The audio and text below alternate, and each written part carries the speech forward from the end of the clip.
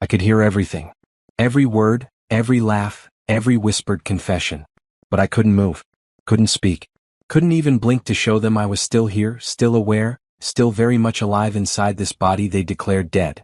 My husband Gerald stood at the foot of my hospital bed, his phone pressed to his ear. He wasn't crying. He wasn't even pretending to be sad anymore. The nurses had just left after their evening check and he thought we were alone.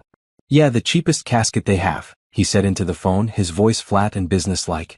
Why would I spend money on a box that's going into the ground? She's not going to know the difference. The woman next to him giggled. Simone. I knew her voice well now, after weeks of listening to it in my hospital room. She worked at the pharmacy where I filled my prescriptions. The same pharmacy where, I now understood, she'd been tampering with my medication for months. Baby, you're so practical, Simone cooed, running her hand down Gerald's arm. She wore a black dress as if she had any right to mourn me. I love that about you. I wanted to scream. My mind was on fire with rage, but my body lay still as stone. The doctors had declared me brain dead 3 days ago.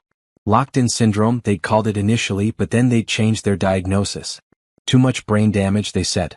No hope of recovery. My family could make arrangements to remove life support. The only problem was I had no family except Gerald. My parents had passed years ago. No siblings. No children. Just a husband who was currently planning my funeral with his mistress while standing over my supposedly lifeless body. Did you call the lawyer about the business? Simone asked, her fingers now tracing patterns on Gerald's chest. Right there. Right in front of me. Meeting him tomorrow, Gerald replied, finally putting his phone away. With Amani gone, everything transfers to me. The company, the house, all the investment accounts. We're talking about $2.3 million in assets, not counting the business value. And the business is worth what? Another $1 million. At least, maybe more. Nadine keeps trying to call me about it, but I've been avoiding her. She's Amani's business partner, and she's going to be a problem. But legally, as the spouse, I inherit Amani's 51% ownership. Nadine can't do anything about it. Simone pressed herself against him. You're so smart. I can't believe we pulled this off. My heart, the one thing that still worked normally, hammered in my chest. The monitors beside my bed beeped steadily, showing I was alive, but no one looked at them closely enough to see the spike in my heart rate. It was your idea, Gerald said, and I could hear the smile in his voice. Switching out her blood pressure medication with those higher doses. Genius. The doctors thought she just had a bad reaction. Well, when you work in a pharmacy you learn things. Simone's voice was smug, proud even. And spacing it out over 6 months meant no one suspected anything. They just thought her health was declining naturally. Poor Amani, so stressed from work. Such a tragedy. They both laughed. I wanted to die right then. Not from the poison they'd fed me, but from the pure betrayal of it all. Gerald and I had been married for 8 years. I'd built my marketing firm from nothing while he worked his comfortable financial advisor job. I'd supported his career, his dreams, his expensive hobbies. And this was how he repaid me? When can they pull the plug? Simone asked. Doctor said we need to wait the full 72 hours from the brain death declaration. That's tomorrow afternoon.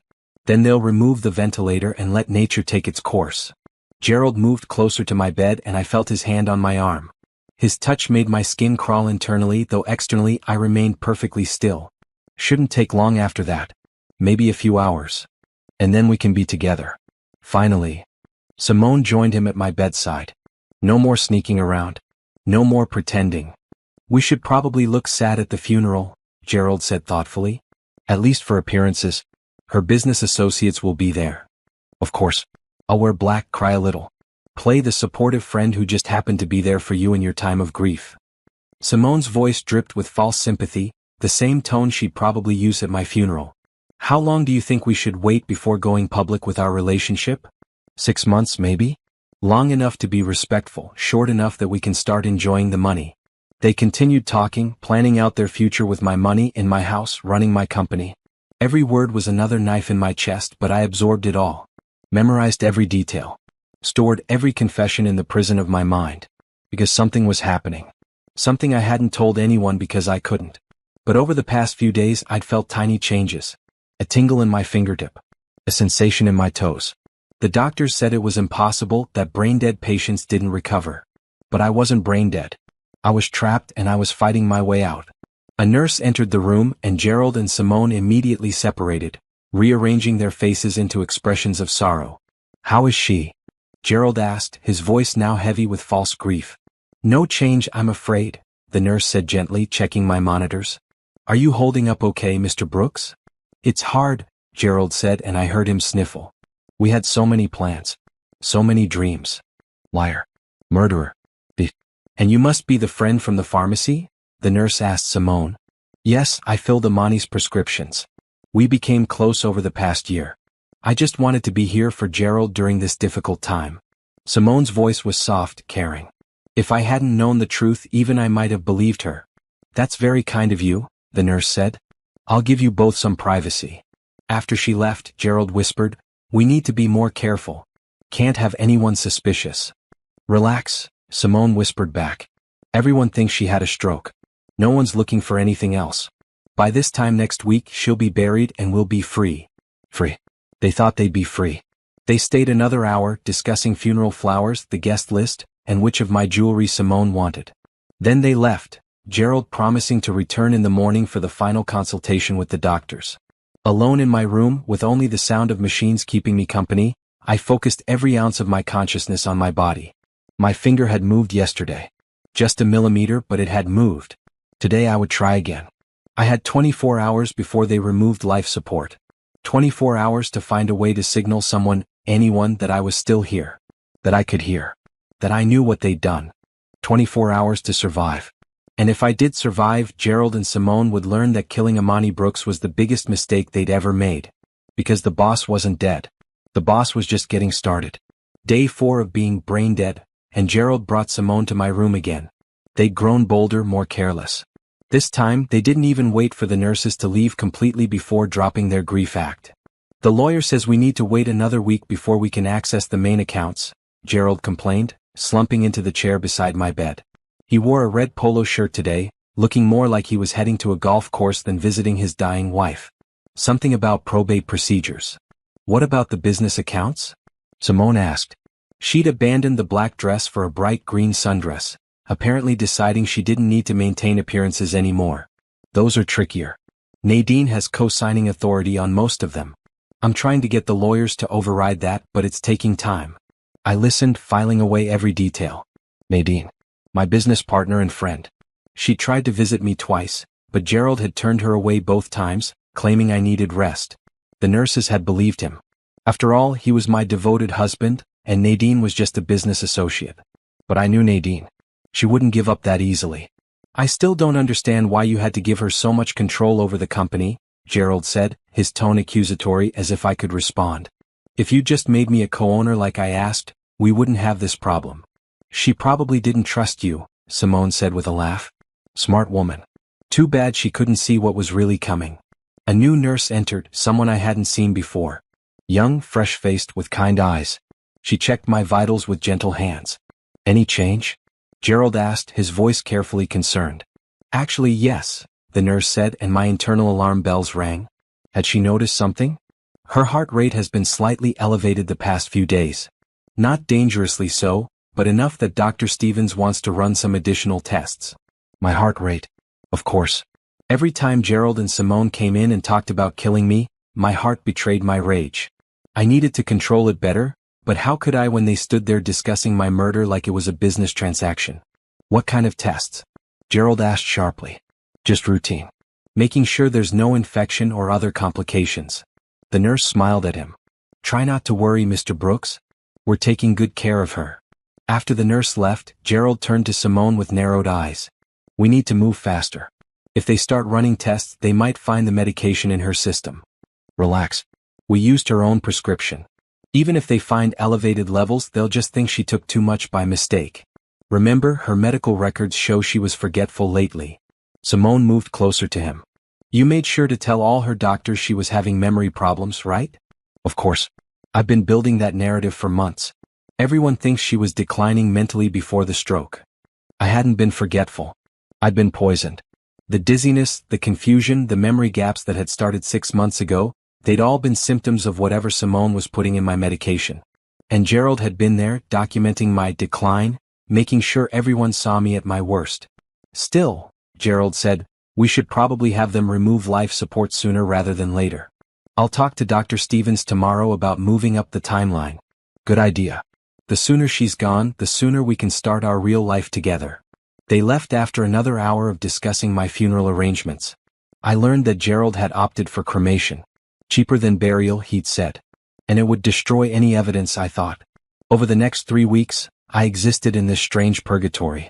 Gerald and Simone visited daily, always dropping their act when they thought no one was watching. I learned so much during those visits.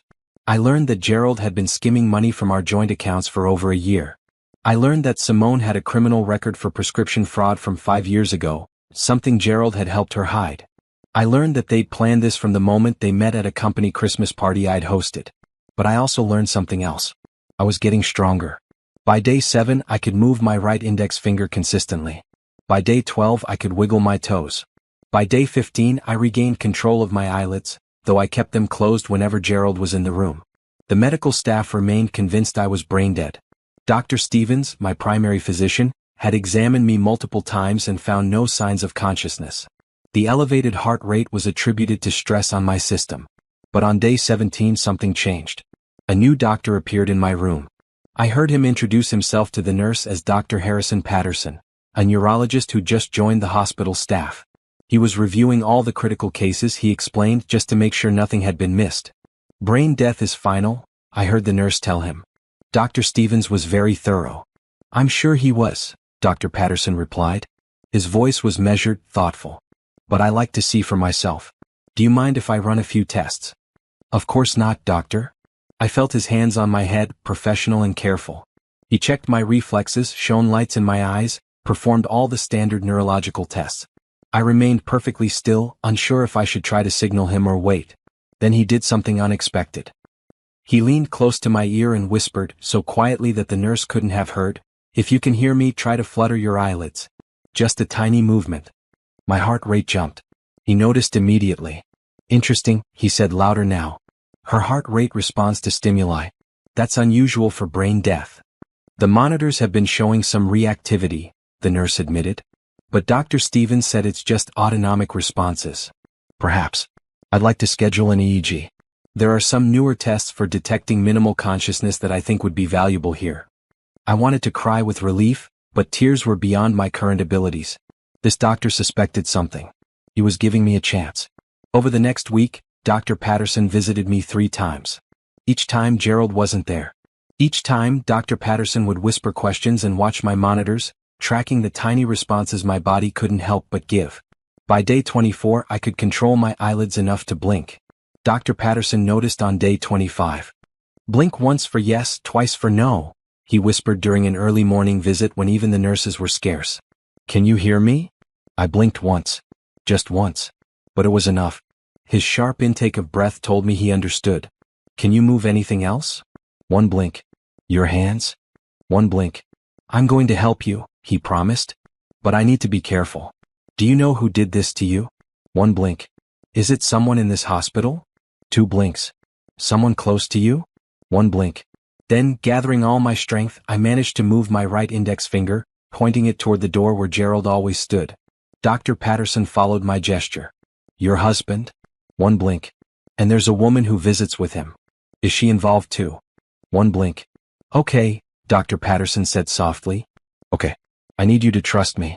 I'm going to run more tests and I'm not going to tell anyone what I've discovered yet. We need evidence. Do you understand?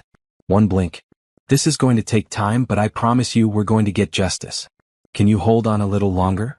1 blink. I would hold on as long as it took. Because Gerald and Simone thought they'd won. They thought the boss was dead. They were about to learn how wrong they were. Dr. Patterson became my lifeline. Over the next 3 days he visited me during odd hours, times when Gerald rarely came by. Each visit brought new hope, new progress. I've reviewed your medical records, he told me on day 26, his voice low as he checked my pupils. Your symptoms over the past 6 months are consistent with medication overdose. Specifically, blood pressure medication in toxic doses. I blinked once for yes. I'm going to order a full toxicology screen, he continued. But I need to be careful about how I frame it. Your husband has medical power of attorney, and he could block the tests if he suspects anything. The thought terrified me. If Gerald knew I was conscious, he might find a way to finish what he started. I blinked twice, trying to convey my fear. Dr. Patterson seemed to understand. Don't worry. I'll tell the staff I'm running the tests as part of a research study on brain death. Your husband won't even know about it unless he specifically asks for all test results, which he hasn't been doing. Smart. This doctor was smart. Now, let's work on expanding your communication, he said, pulling out a small tablet. I'm going to show you letters. Blink when I get to the right one. It will be slow, but we can spell out information this way. Ready? It took 40 minutes to spell out 5 words. Poison my medication pharmacy. Dr. Patterson's face went pale. The woman who visits with your husband, she works at a pharmacy? One blink. And she tampered with your medication? One blink. That's attempted murder, he said quietly. We need to involve the police. But first we need you stronger. Can you feel your arms and legs yet? I managed to wiggle my fingers in response, then my toes. Small movements, but definitely there. Good. That's really good. The paralysis is fading. With the right therapy and time, you'll recover fully. He paused. But we need to move carefully. If your husband suspects you're regaining consciousness, you could be in danger. I hadn't thought of that. Gerald had tried to kill me once. If he knew I was waking up, he might try again. And this time he might succeed. I'm going to install a small camera in your room, Dr. Patterson said. Hidden in the medical equipment. If your husband and his accomplice say anything incriminating, we'll have it on record. Is that okay with you? One blink. Yes. Record everything. That afternoon, Gerald visited during his lunch break. He wore a blue button-down shirt and khaki pants, looking every bit the successful businessman. Looking like someone who hadn't tried to murder his wife. Still hanging in there, I see, he said, his tone almost disappointed. The doctors keep saying you could linger like this for weeks. It's really inconsiderate, Amani. Do you know how much these hospital bills are costing? I kept my eyes closed, my breathing even. Inside I was screaming. I talked to the funeral home again today, he continued, settling into the chair beside my bed. They're holding a slot for you next Saturday. Hopefully we can make that date. Simone wants to go to the Bahamas, and I promised her we'd go soon. The Bahamas? With my money. While I lay in this bed. You know what's funny? Gerald's voice took on a contemplative tone. I actually liked you in the beginning. You were ambitious, smart. But then you became so consumed with that business. You never had time for me anymore. Every conversation was about clients and campaigns. You stopped seeing me. Was he really trying to justify this? Trying to make this my fault? Simone sees me, he said softly. She appreciates me. She doesn't make me feel like I'm just an accessory to her success. I had built a business from nothing. I had worked 70-hour weeks to create something meaningful. And instead of being proud, instead of supporting me, Gerald had poisoned me. He'd found someone who made him feel important and decided his wife was expendable. Anyway, Gerald said, standing up. I should get back to work. Try to die soon, okay? This is getting expensive. After he left, I opened my eyes slightly. Just enough to see the small camera Dr. Patterson had hidden in the four-pole. A tiny red light blinked steadily. It was recording. That evening, Dr. Patterson came by with a physical therapist named Rachel. We're going to start very gentle movement exercises, he explained. We'll tell the nursing staff it's part of standard care for comatose patients. No one will think twice about it. Rachel was kind and professional. She moved my limbs carefully, working my muscles, encouraging blood flow. Even if she can't feel this, it will help prevent atrophy, she told Dr. Patterson, not knowing I could feel every movement. After she left, Dr. Patterson leaned close. The toxicology results came back. High levels of amlodipine in your blood. That's a blood pressure medication. Your prescription records show you were taking 5 milligrams daily. You have levels consistent with 40 to 50 milligrams daily. I tried to show my rage through my eyes. I know, he said gently. I know. But we're building a case now. I've contacted a detective I know, someone I trust. Her name is Detective Morris. She's going to review the evidence and start a quiet investigation. They'll get statements from the pharmacy, check prescription records, pull security footage. This isn't going to be rushed. We're going to do this right. One blink. Thank you. On day 28, I woke up to voices in my room. Not Gerald and Simone this time. Different voices. This is highly irregular, a woman was saying. I've been trying to visit for weeks and I keep getting turned away. That's my business partner in that bed. Nadine. Was Nadine. I apologize, Miss Foster, a nurse replied. Mr. Brooks left instructions that only family could visit. And I'm telling you, Amani has no family besides that snake of a husband. I'm the closest thing she has to family. I've known her for 6 years. We built a company together. And I'm not leaving until I see her. Let her in, Dr. Patterson's voice cut through the argument. I'm Dr. Patterson, the new neurologist on this case. Miss Foster has every right to visit her business partner. I heard footsteps approaching my bed, then felt a gentle hand on mine. Nadine's hand, familiar and warm. Oh, Amani, Nadine whispered, her voice thick with emotion. What happened to you? I gathered every ounce of strength I had and squeezed her hand. Just slightly. Just enough. Nadine gasped. Did she just squeeze my hand? Involuntary muscle movements are common, the nurse said automatically.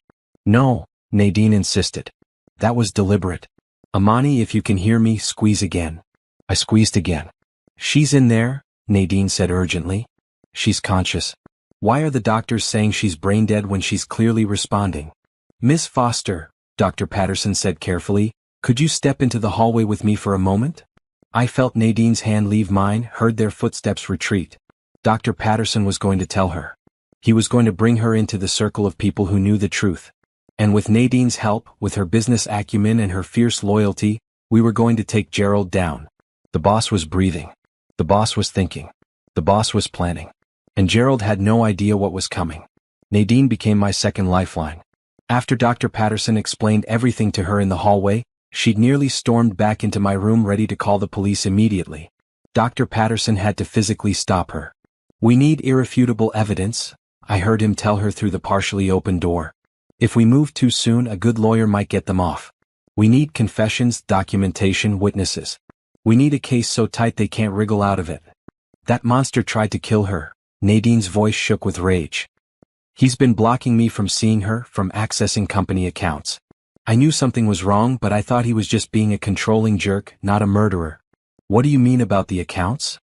Dr. Patterson asked. 3 weeks ago, Gerald tried to access our business operating account. He claimed he needed to pay some of Amani's personal bills. But that account is set up to require both signatures for any transaction over $5,000. When the bank called me to confirm, I blocked it. I've been blocking every attempt he's made since then. I wanted to cheer. Nadine had protected my company. She'd known something was wrong even without proof. Can he override you? Dr. Patterson asked. Not while Amani is alive. The partnership agreement is clear. If Amani dies, her shares transfer to her designated beneficiary, which according to our records is. I heard papers rustling. Gerald Brooks. But if she's alive, even incapacitated, I maintain co-control. And if we can prove Gerald tried to kill her? Then the inheritance would be void. You can't profit from a crime. Plus, Amani had a standard marriage contract that included an infidelity clause. If Gerald cheated, he gets nothing in a divorce. Nadine's voice grew stronger. We need to keep him from knowing she's recovering. If he finds out, he might try something else. They came back into the room together. Nadine pulled a chair close to my bed and took my hand again. I'm so sorry I didn't get here sooner. Gerald told the hospital I was just a business associate, that you wouldn't want me here. I should have pushed harder. I squeezed her hand. Forgiveness. Understanding. Dr. Patterson has been teaching me the blinking code, Nadine said. 1 for yes, 2 for no. Can you tell me things?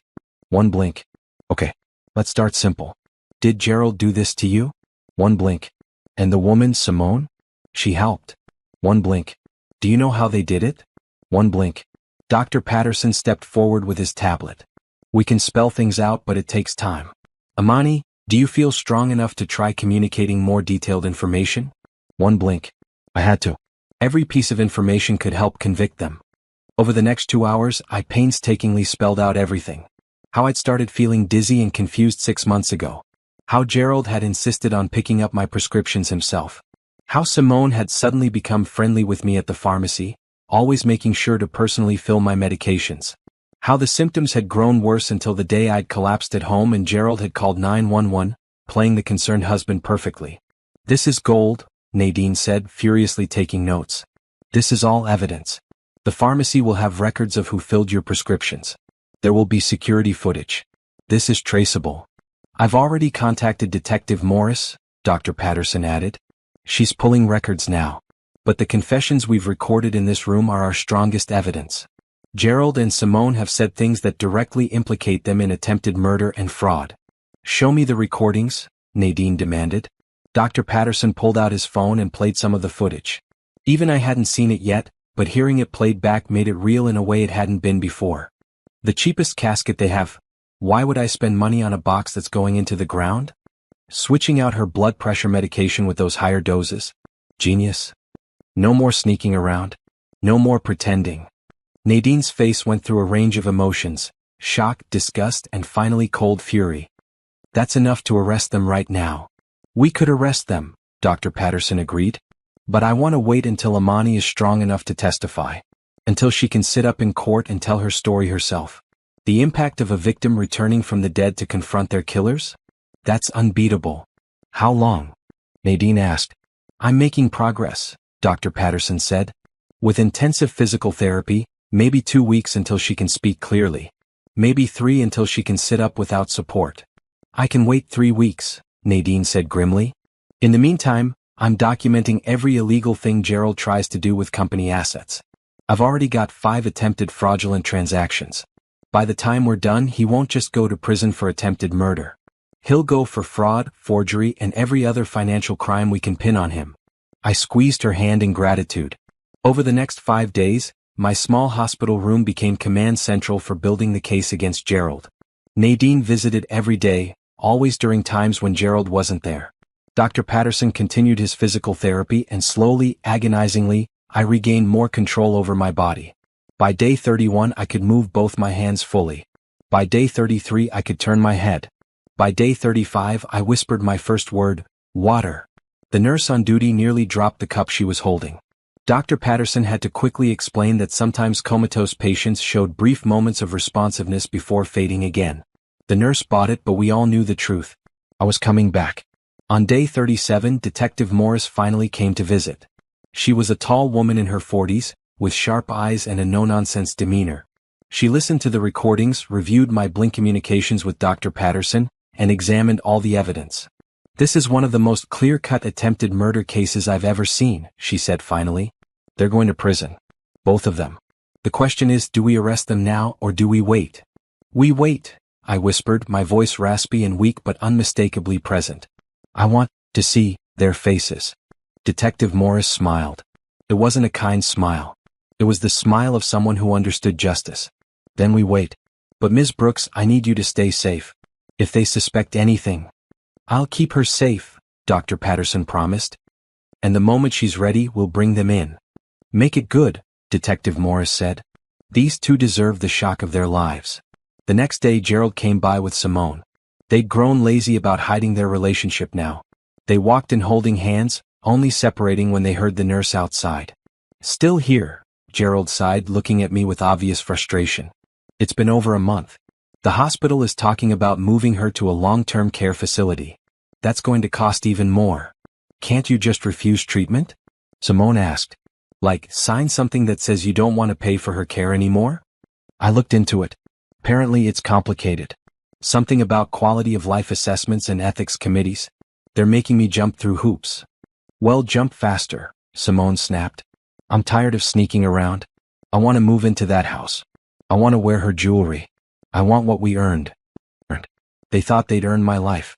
I kept my eyes closed, but inside I was smiling. Just a little longer. Just a few more days until I was strong enough to sit up. Strong enough to speak clearly. Strong enough to look them in the eyes and tell them exactly what I thought of them. Did you hear from the lawyers about the will? Simone asked. Yeah, it's all straightforward. Everything goes to me. The only complication is Nadine and the business, but my lawyer says we can probably force a buyout. Pay her off and take full control. How much would that cost? Maybe $200,000. But it would be worth it to have full ownership. They continued plotting and the camera continued recording. On day 40 I sat up for the first time. Just for a moment with Dr. Patterson supporting me, but I did it. My muscles screamed in protest, but I did it. You're ready, Dr. Patterson said. We can do this whenever you want. I looked at him, at Nadine who stood on my other side, at Detective Morris who waited by the door. Tomorrow, I whispered. I want them to come for a meeting. Tell Gerald, you're removing life support. Detective Morris grinned. That's cold. I love it. They tried to kill me, I said, my voice getting stronger with each word. They planned my funeral. They celebrated my death. I took a deep breath. Now, they can face the woman they murdered. The boss is back, Nadine said softly, squeezing my shoulder. Not back, I thought. The boss had never left. She'd just been waiting. And tomorrow, Gerald and Simone would learn that you don't celebrate someone's death until you're absolutely sure they're gone. The morning of day 41, Dr. Patterson called Gerald at 9 a.m. I listened to his end of the conversation through the phone on speaker, Nadine and Detective Morris in the room with me. Mr. Brooks, this is Dr. Patterson. I need you to come to the hospital this afternoon at 2 p.m. for a consultation about your wife's care. Yes, it's important. We've completed all the evaluations and we need to discuss next steps regarding life support. I'd prefer to discuss the details in person. Can you make it? Excellent.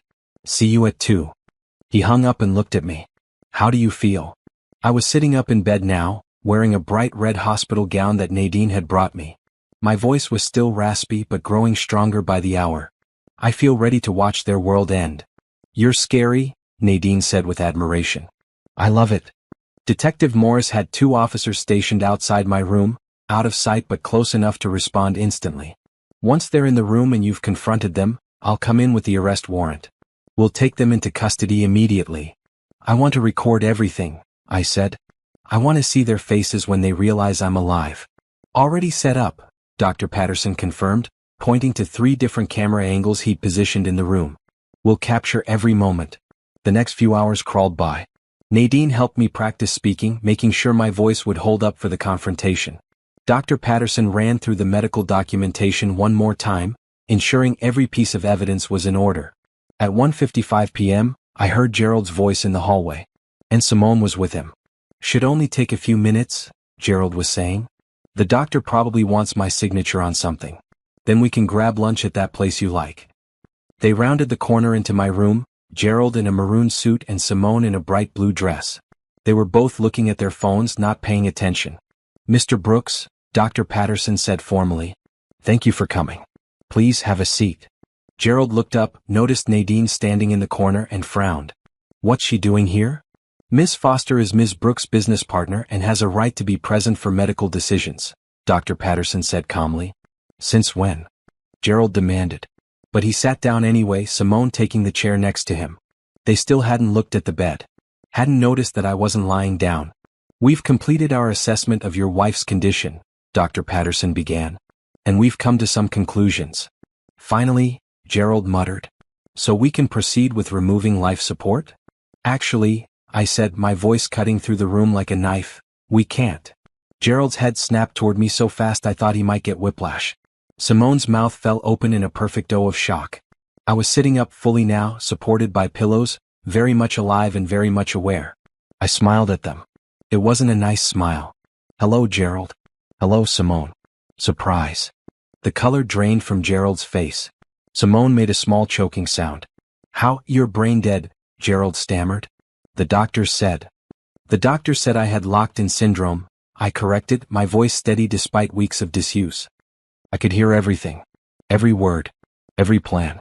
Every confession. This isn't possible, Simone whispered. You were paralyzed? Yes. Poisoned? Definitely. Dead.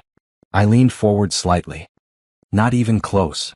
Gerald stood up abruptly, his chair scraping against the floor. This is insane. You've been in a coma for over a month. You don't know what you're saying. Don't I? I asked. Should I tell you what I know? Should I repeat back all the lovely conversations you had at my bedside?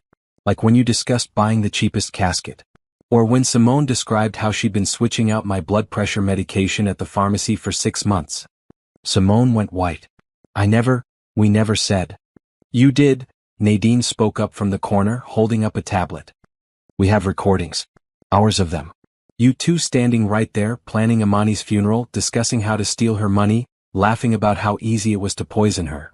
Gerald's expression shifted from shock to panic to calculation. I watched him trying to figure out his next move, trying to see if there was any way out of this. You're recording patients without consent? He demanded, latching onto the legal angle. That's illegal. Whatever you think you heard, it won't hold up in court. Actually, Detective Morris said, stepping into the room with her badge out, recording is perfectly legal when investigating a crime. And we have plenty of evidence beyond the recordings. Pharmacy records showing Simone filled every one of Amani's prescriptions for the past 6 months. Security footage of her accessing the medication supply. Toxicology reports showing amlodipine levels 8 times higher than prescribed. And financial records, Nadine added, showing attempted fraud, forged signatures and illegal access to business accounts. You really should have stopped trying to steal from the company, Gerald. Every attempt is documented. Gerald looked at Simone, who was now crying.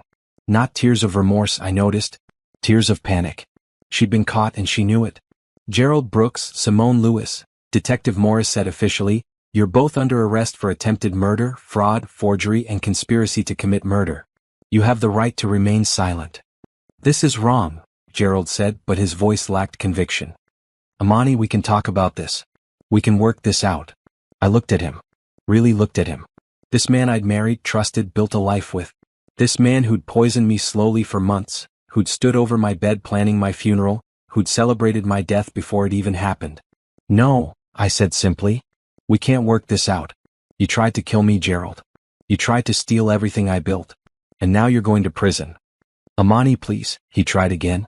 I made a mistake. I was confused. You were greedy, I interrupted. You were selfish. You wanted my money without having to share your life with me. And when you found someone who made you feel special, you decided I was disposable. I paused. But I'm not disposable. I'm still here. And you're done. The officers came in then, handcuffs ready. Gerald tried to resist, but they had him in cuffs within seconds. Simone just stood there crying, offering no resistance as they cuffed her too. As they were let out, Gerald turned back one last time. You'll never prove it all. I'll get a lawyer. I'll fight this. You do that, I said. I'll be here. Alive. Ready to testify. Ready to tell everyone exactly what you did. His face twisted with rage then, the mask finally slipping completely. You should have stayed dead. Everything would have been so much easier. For you maybe. Not for me. I smiled again. Goodbye, Gerald. Enjoy prison. They dragged him out, still protesting. Simone went quietly, her head down. After they were gone, the room fell silent. Dr. Patterson let out a long breath. Nadine sat down heavily. Detective Morris was already on her phone, coordinating with the district attorney's office. I sat in my hospital bed in my red hospital gown, feeling stronger than I had in months. Maybe stronger than I'd felt in years. How do you feel? Dr. Patterson asked. I thought about it. How did I feel? Vindicated. Relieved. Angry. Grateful. Free. I feel alive, I said finally. Really, truly alive. And for the first time in over a month, I meant it in every possible way. The next morning, I woke up in a different hospital room. A private suite on the 5th floor with actual windows, comfortable chairs, and a view of the city.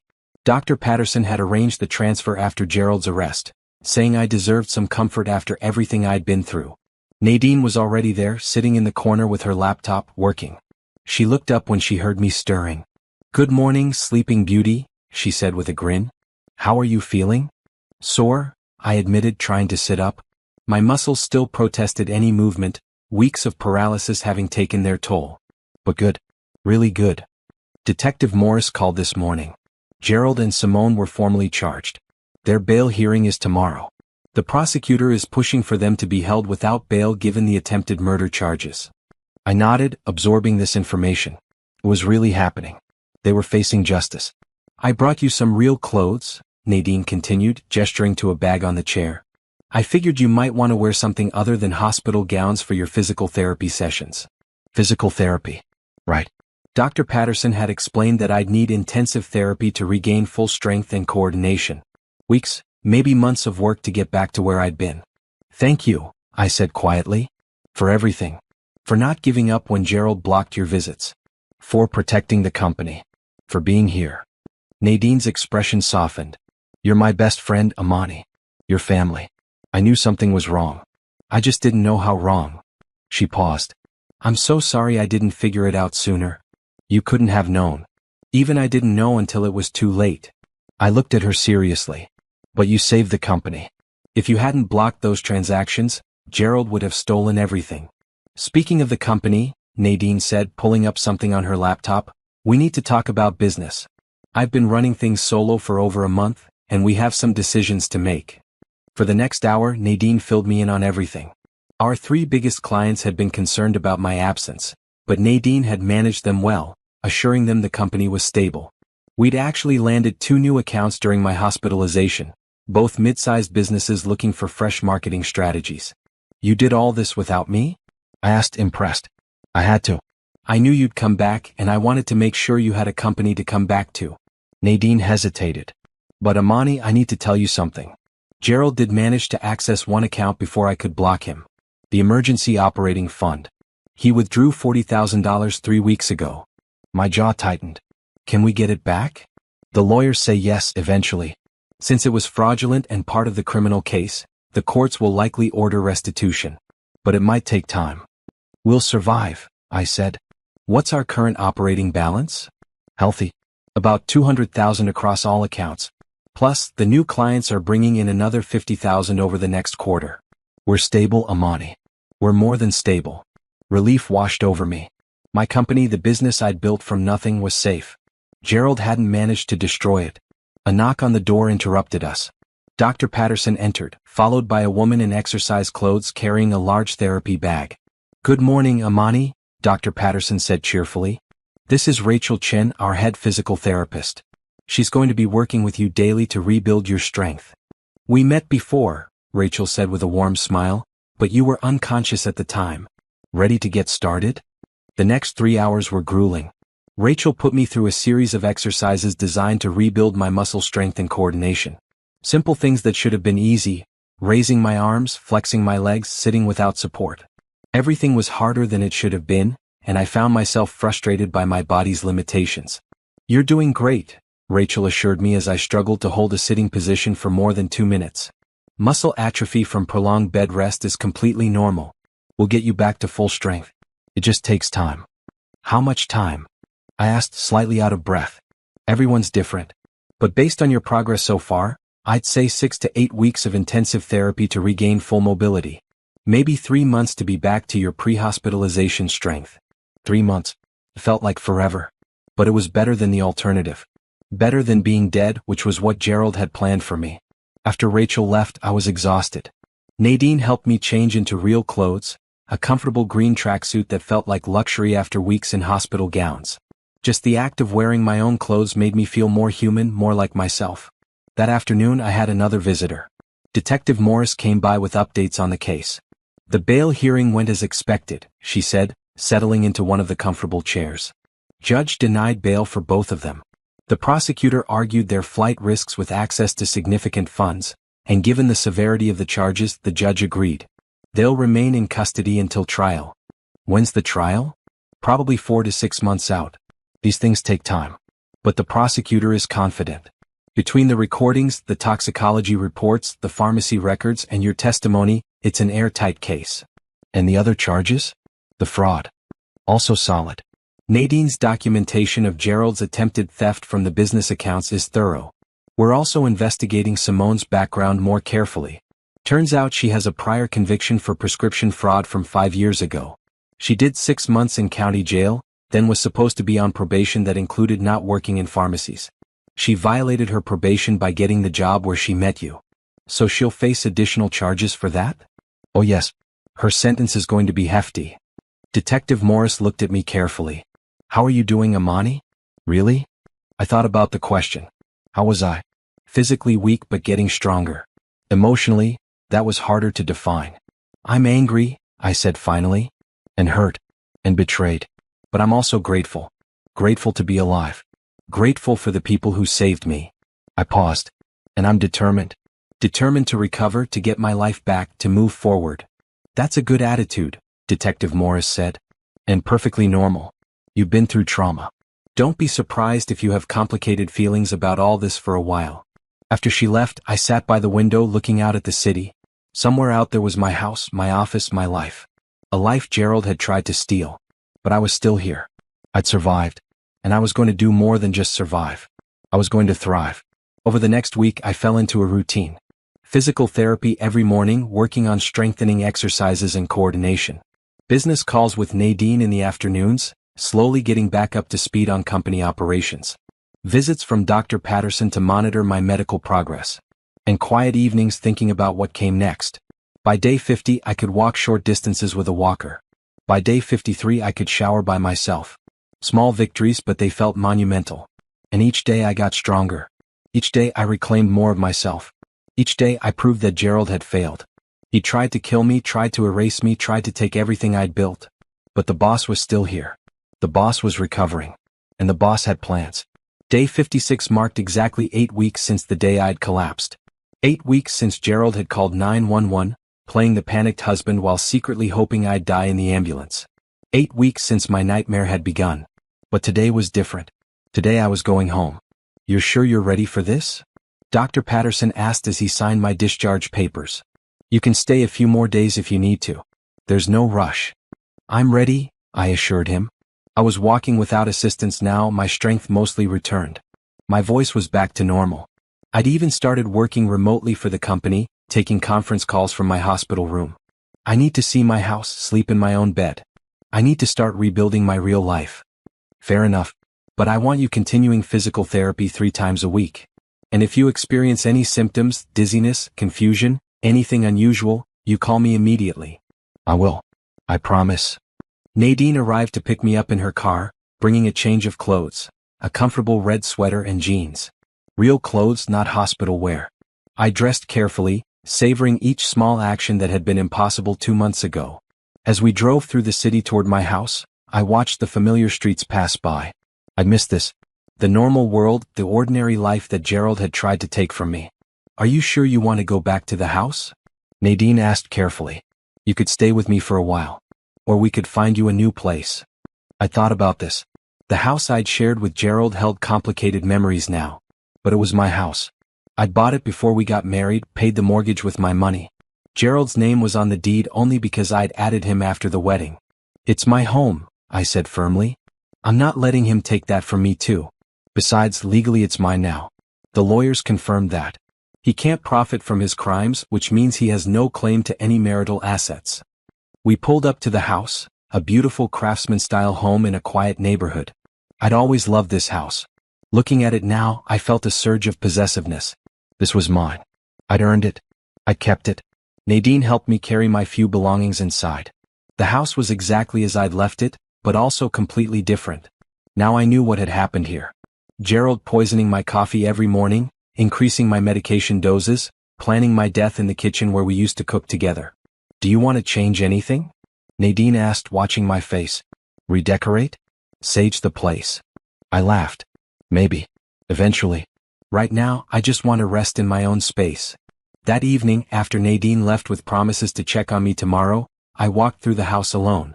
Each room held memories, some good, many now tainted. But this was my space and I was going to reclaim it. I found Gerald's office and wasn't surprised to see papers scattered everywhere. Clearly, he'd been here recently, probably gathering documents for his defense. I made a mental note to change the locks tomorrow and to inform his lawyer that he was no longer allowed in my home. In his desk drawer, I found a folder labeled New Life Plans. Inside were house listings in the Bahamas, vacation itineraries, even a draft prenuptial agreement between Gerald and Simone. They'd been planning everything, right down to the legal documents for their life together. My life insurance policy was paperclipped to a page titled Asset Distribution Timeline. I took pictures of everything and sent them to Detective Morris. More evidence for the case. That night, I slept in my own bed for the first time in 2 months. I'd half expected nightmares, but instead, I slept deeply, my body finally relaxing in familiar surroundings. The next morning, I woke to sunlight streaming through my bedroom window and a sense of purpose. I had a long to-do list. Change the locks, meet with my lawyer about the divorce proceedings, catch up on company business, continue my physical therapy. But first, I had a video call scheduled. Detective Morris had arranged for me to give a victim impact statement that would be presented at Gerald and Simone's preliminary hearing. I set up my laptop in my home office, positioned myself in front of my bookshelf full of business awards and industry recognitions. When the call connected, I saw the prosecutor, a woman named Rebecca Winters who I'd spoken with several times over the past weeks. "Good morning, Amani," she said warmly. "Thank you for doing this. Your statement will be powerful for the judge to hear." "I'm ready," I said. The recording began and I looked directly into the camera. "My name is Amani Brooks. I'm 34 years old. I own a successful marketing firm that I built from the ground up. I have friends, colleagues, a life I love. Or I did, until the two people I should have been able to trust most in this world decided I was worth more dead than alive. For 6 months, my husband Gerald Brooks and his mistress Simone Lewis systematically poisoned me. They increased my blood pressure medication to toxic levels, causing dizziness, confusion, and eventually a catastrophic physical collapse. They did this slowly, carefully so it would look like natural health decline. And when I finally collapsed, when my body could no longer fight the poison they'd fed me, Gerald called 911 and played the devastated husband. But I didn't die. Instead, I was trapped inside my own body, fully conscious but completely paralyzed. And for over a month, I had to lie in a hospital bed and listen to them plan my funeral, discuss how they'd spend my money, and laugh about how easy it had been to kill me. They thought I couldn't hear them. They thought I was gone. They celebrated my death while I could still hear every word. I'm not asking for leniency. I'm not asking for understanding. I'm asking for justice. These two people tried to murder me for money. They didn't succeed, but not for lack of trying. They should face the full consequences of their actions. I survived because of skilled doctors, loyal friends, and sheer determination. But I could have easily died. And if I had, Gerald and Simone would be living in my house, running my company, enjoying my money, while I was buried in the cheapest casket money could buy. Don't let them minimize what they did. Don't let them claim it was a mistake or a moment of weakness. This was planned, deliberate, sustained attempted murder. They deserve prison. They deserve to lose everything just as they tried to make me lose everything. Thank you for listening. Thank you for seeking justice. And thank you for giving me the chance to tell my story while I'm still alive to tell it. I stopped the recording and looked at Rebecca Winters, whose eyes were slightly misty. That was perfect, she said. Powerful, clear, and devastating. The judge will definitely take this into account. After the call ended, I sat in my office for a moment, processing everything. Then I stood up, walked to the window, and looked out at the sunny day. I was alive. I was home. I was free. And Gerald and Simone were in jail where they belonged. The resurrection was complete. Now came the part where I rebuilt even better than before. The preliminary hearing took place 3 weeks after my discharge from the hospital. I didn't attend in person. My lawyer advised that I didn't need to be there for this phase, and honestly, I wasn't ready to see Gerald and Simone again. Not yet. But Nadine went, and she called me immediately afterward, her voice electric with excitement. You should have seen them, she said. Gerald tried to act confident, but you could see the fear in his eyes. And Simone looked like she'd been crying for days. The judge denied their motion to have the charges reduced. Full trial, attempted murder, fraud, conspiracy. Everything. What did they say? Their lawyers tried to argue that the recordings were inadmissible, that you were confused and didn't know what you heard. The prosecutor destroyed that argument in about 5 seconds by playing the clearest clips. When the judge heard Gerald's voice saying, switching out her blood pressure medication with those higher doses, it was over. I felt a grim satisfaction. The truth was coming out exactly as it should. The trial is set for 4 months from now, Nadine continued. And the prosecutor wants to meet with you next week to prepare your testimony. She says you're going to be their star witness. Over the next month, I threw myself into 2 projects, recovering my physical strength and reclaiming my company. The physical therapy continued and I pushed myself hard. By week 10 post-collapse, I was back to my pre-poisoning fitness level. By week 12, I was stronger than I'd been before. The company was thriving. With Gerald's forged transactions exposed and reversed, and with the stolen $40,000 flagged for restitution, our finances were solid. I returned to the office on day 70, walking in to find the entire staff assembled in the conference room with a banner that read, "Welcome back, boss." I'd expected some celebration, but what I got was overwhelming. My employees, 37 people who'd been uncertain about the company's future, were genuinely happy to see me. Several were crying. All were applauding. Thank you, I managed to say, my own eyes stinging. Thank you for keeping things going while I was away. Thank you for believing in this company. Let's get back to work. The meeting afterward was productive. We'd not only maintained our existing clients but had picked up 3 new ones during my absence. Nadine had led 2 successful campaigns that had won industry recognition. The company wasn't just surviving my attempted murder. It was growing. You built something special here, Nadine told me after the staff meeting. People are loyal to you, Amani. They respect you. Gerald really thought he could just step in and take over? He had no idea what he was dealing with. Meanwhile, the investigation into Gerald and Simone continued to uncover more disturbing details. Detective Morris kept me updated weekly. We found Gerald's computer history, she told me during one of our calls. He'd been researching medication poisoning for over a year. Different drugs, dosages, symptoms. He knew exactly what he was doing. And Simone? Her prior conviction was for stealing prescription medication and selling it. That's how she and Gerald met initially, actually. He was one of her customers. She sold him Adderall that wasn't prescribed to him. When she got caught, he wasn't implicated. But they stayed in touch. The picture was becoming clearer. This hadn't been a sudden crime of passion.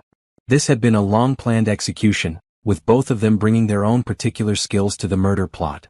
We also found communications between them going back 18 months, Detective Morris continued. Text messages, emails. They started the affair while Simone was still on probation for her previous conviction.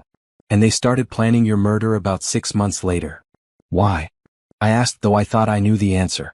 Money primarily. Gerald was in debt. Gambling debts mostly. About $200,000 he owed to some not very nice people. Your life insurance plus your assets would have cleared that and left plenty for him and Simone to start fresh. Gambling debts. Gerald had been a gambler? I'd had no idea. How much of our marriage had been a lie? There's more, Detective Morris said, her tone careful. Simone was pregnant. 8 weeks. She lost the baby 2 weeks ago, probably from stress. I didn't know how to feel about that. Part of me felt a flicker of sympathy for any woman losing a child. But then I remembered this was the woman who'd poisoned me, who'd laughed about my impending death, and the sympathy vanished. Does that change anything legally? I asked. No. The prosecutor thinks Simone's lawyer might try to use it for sympathy, but it doesn't change what she did. If anything, it establishes more motive. She and Gerald were planning a life together, complete with a family. You were the obstacle. 6 weeks before the trial, I met with Rebecca Winters, the prosecutor, to prepare my testimony. She was thorough, walking me through every question I'd be asked, every angle the defense might take. They're going to try to discredit you, she warned. They'll say you were confused, that the medications affected your memory, that you can't be sure of what you heard. I'm sure, I said firmly. I heard every word. I remember every conversation. I know. And the recordings back you up. But we need to prepare you for some uncomfortable questions. About your marriage. About whether you suspected Gerald's affair. About your business success and whether it caused marital strain. We spent hours going over potential questions and answers. Rebecca was tough but fair, and by the end of the sessions I felt ready. You're going to do great, she assured me. You're credible, articulate, and you survived something horrific. The jury is going to be on your side. 2 weeks before trial, Gerald's lawyer made a plea deal offer. 10 years in prison if Gerald pleaded guilty to aggravated assault and fraud, dropping the attempted murder charges. Rebecca called to discuss it with me. It's your decision, she said.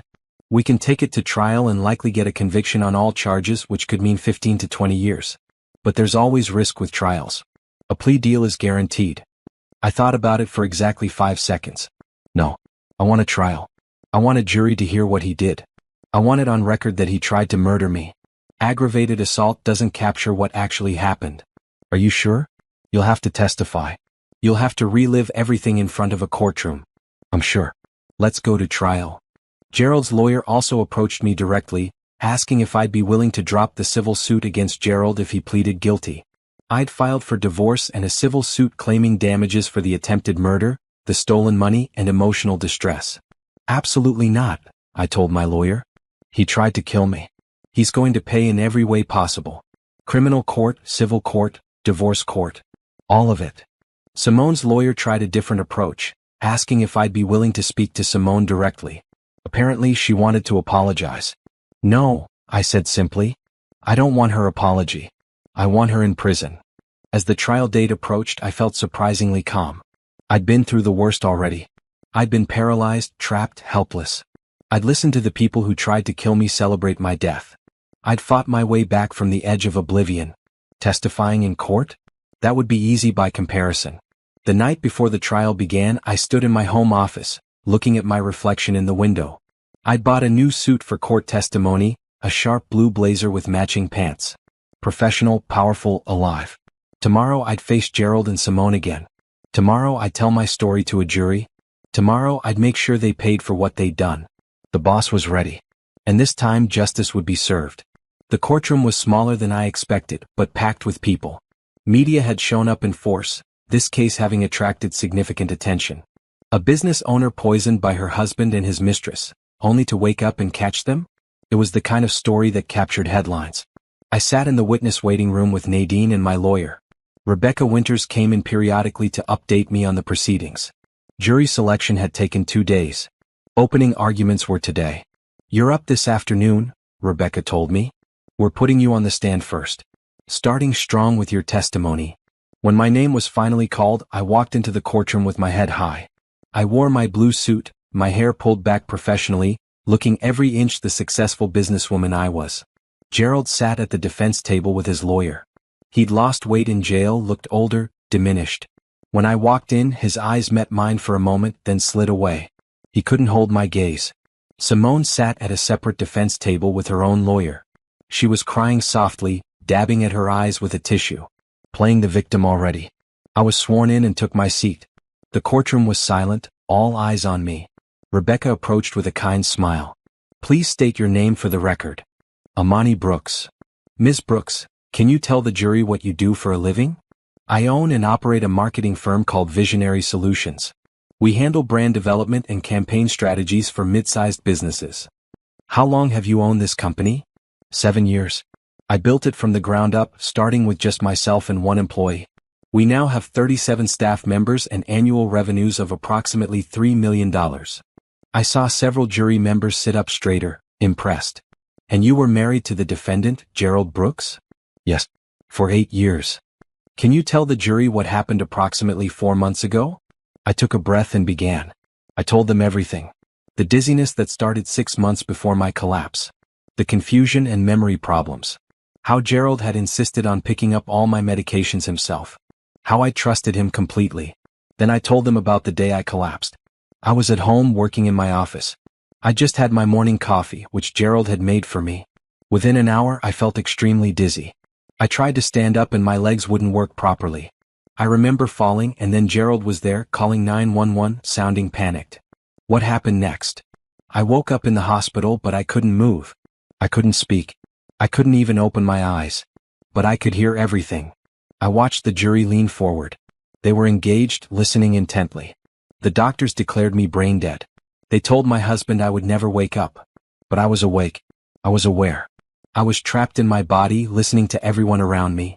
"And what did you hear, Ms. Brooks?" This was the crucial part. I looked directly at Gerald as I spoke. I heard my husband and his mistress, Simone Lewis, planning my funeral. I heard them discussing how they'd spend my money. I heard them confess to poisoning me. Simone's crying got louder.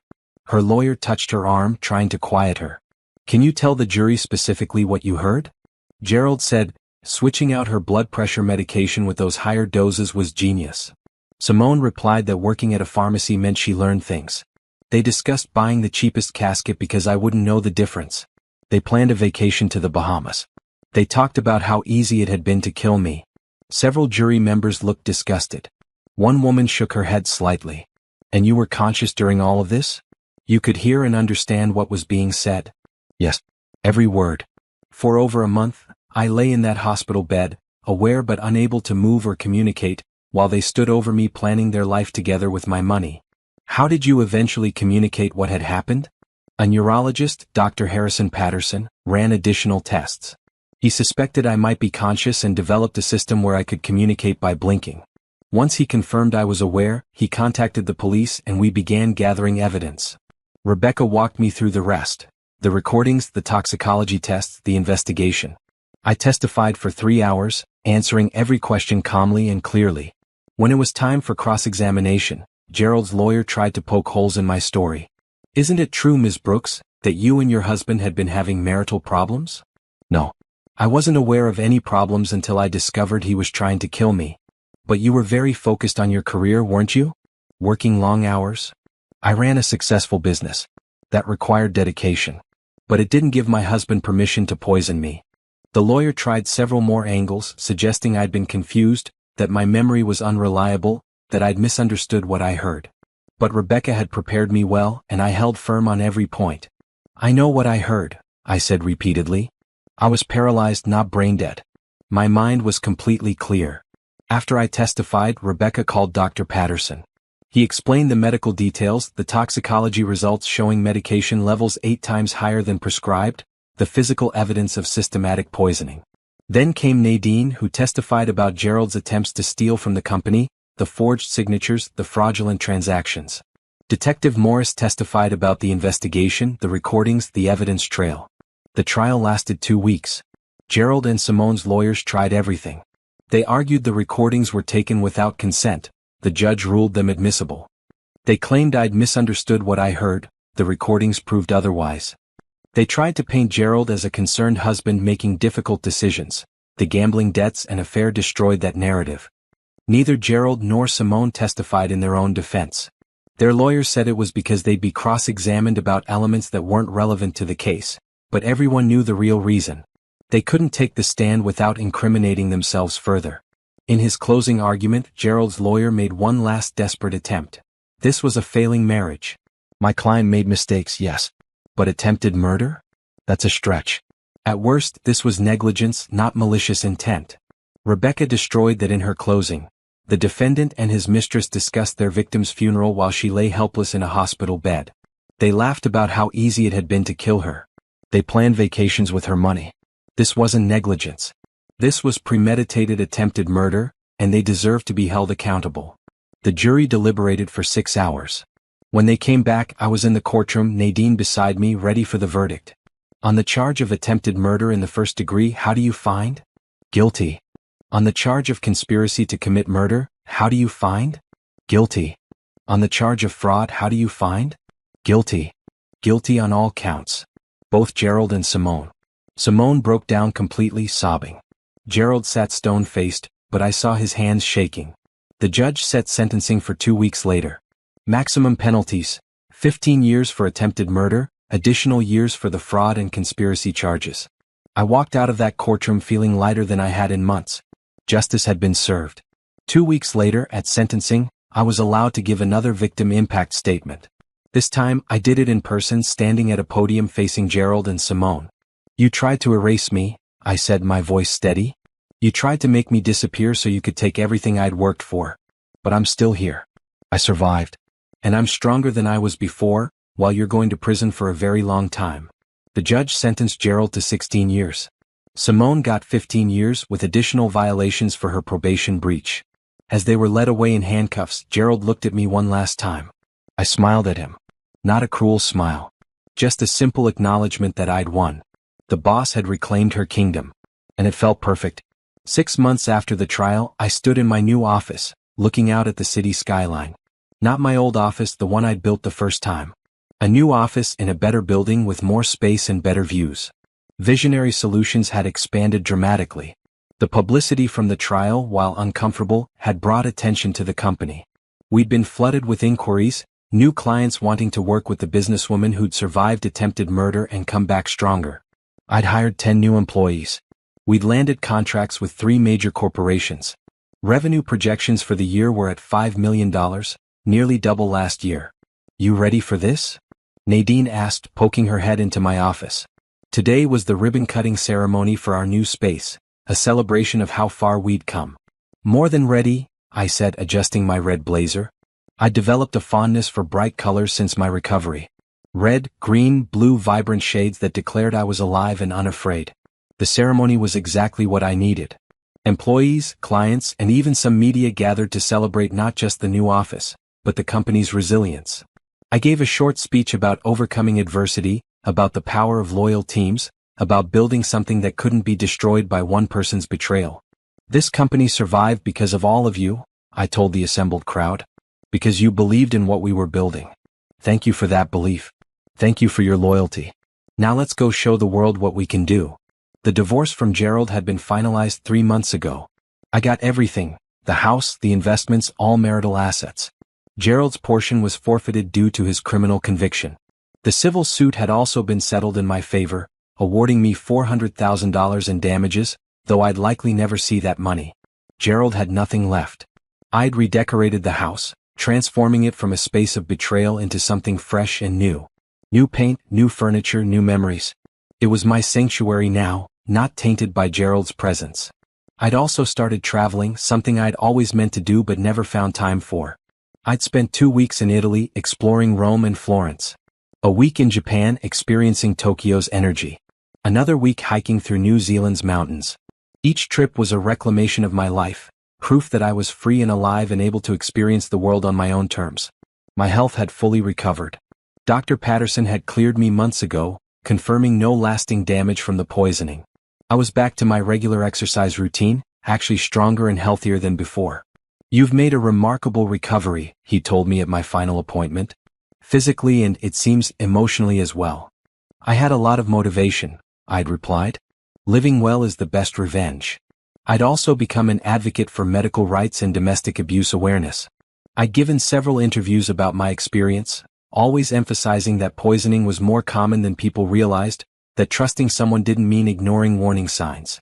I'd partnered with organizations working to educate people about the dangers of medication tampering, about the importance of filling prescriptions at multiple locations if there was any doubt, about trusting your instincts when something felt wrong. "Your story is saving lives," one organization director had told me. "We've had 3 women come forward after hearing your testimony, women who suspected they were being poisoned but weren't sure. All 3 situations were investigated, and in 2 cases, they found evidence of tampering." That felt meaningful. Gerald and Simone had tried to destroy me, but instead, they'd inadvertently created a platform for me to help others. Romance wasn't on my radar yet. Maybe someday, but I was in no rush. I was enjoying my independence, my freedom, my ability to make every decision based solely on what I wanted. I'd reconnected with old friends, people I'd lost touch with during my marriage. I discovered hobbies I'd forgotten about, picked up watercolor painting again, joined a book club, started learning French. My life was full and rich, built entirely on my own terms. One afternoon, about 7 months post-trial, Detective Morris called me. "Thought you'd want to know," she said. "Gerald tried to appeal his conviction. It was denied. He's going to serve his full sentence, no early release." "Good," I said simply. "How are you doing, Amani?" "Really? I'm doing well. Better than well. I'm thriving. I can tell. I saw the article about your company in the Business Journal. Impressive growth." "Thank you. We're proud of what we've built." After the call, I stood at my office window again, reflecting on the journey. For months ago, I'd been trapped in a hospital bed, paralyzed and helpless. Now I was standing in a corner office of my own building, running a thriving company, living a life I loved. Gerald had tried to take everything from me, my health, my business, my money, my life itself. And he'd failed. Spectacularly. Instead of destroying me, his attempt had revealed exactly how strong I was. How resilient. How determined. I'd built my company once from nothing. I'd built it a second time after nearly losing it. And this second version was stronger, better, more successful than the first. That evening, I met Nadine for dinner at our favorite restaurant, the same place where we'd celebrated signing our first major client 7 years ago.